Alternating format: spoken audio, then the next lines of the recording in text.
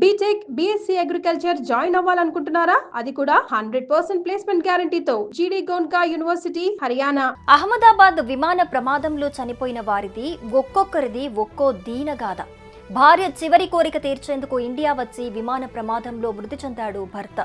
భార్య మరణించిన వారం రోజుల్లోనే అర్జున్ పటోలియాను మృత్యువు కబలించటం రెండు కుటుంబాలలో విషాదాన్ని నింపింది. తల్లిదండ్రులు ఇద్దరూ తిరిగి రాని లోకాలకు వెళ్లిపోవటంతో వారిద్దరి పిల్లలు ఒంటరి వారయ్యారు.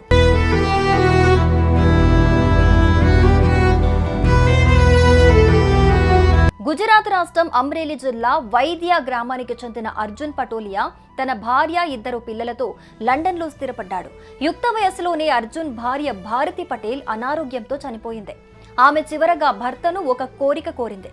తాను మరణించిన తర్వాత తన అస్థికలు పూల కలశాన్ని తాను పుట్టి పెరిగిన గ్రామంలో ఉన్న చెరువు సమీపంలో ఉన్న నదిలో కలపమని కోరింది. భార్య చివరి కోరికను నెరవేర్చడానికి లండన్ నుండి గుజరాత్ వచ్చాడు అర్జున్. తన భార్య కోరినట్టుగా అమ్రేలీ జిల్లా పరిధిలో ఉన్న ఆమె స్వగ్రామానికి వెళ్లి కొన్ని అస్థికలు అందులో నిమజ్జనం చేశాడు. మిగిలిన అస్థికలు పూల కలశంతో పాటు పూల్ నదిలో నిమజ్జనం చేసి భార్య జ్ఞాపకాలను గుర్తు చేసుకుంటూ తిరుగు ప్రయాణమయ్యాడు. ఇంతలోనే మృత్యువు అర్జున్ను కబలించింది.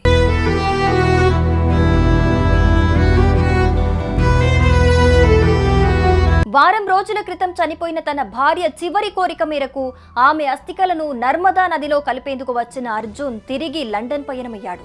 ఈ క్రమంలోనే అహ్మదాబాద్లో జరిగిన ఘోర విమాన ప్రమాదంలో అతడు మృతి చెందాడు. అర్జున్ పటోలియా మరణంతో ఆ కుటుంబంలో విషాద ఛాయలు అలుముకున్నాయి. అర్జున్ పటోలియాకు ఇద్దరు కుమార్తెలు, 4, 8 వయస్సున్న చిన్న పిల్లలు. వారం వ్యవధిలో తల్లిదండ్రులను కోల్పోయిన వారిద్దరి పిల్లలు అనాథలయ్యారు. వందలాది కుటుంబాల్లో ఈ విమాన ప్రమాదం తీరని విషాదాన్ని నింపిందనే చెప్పాలి.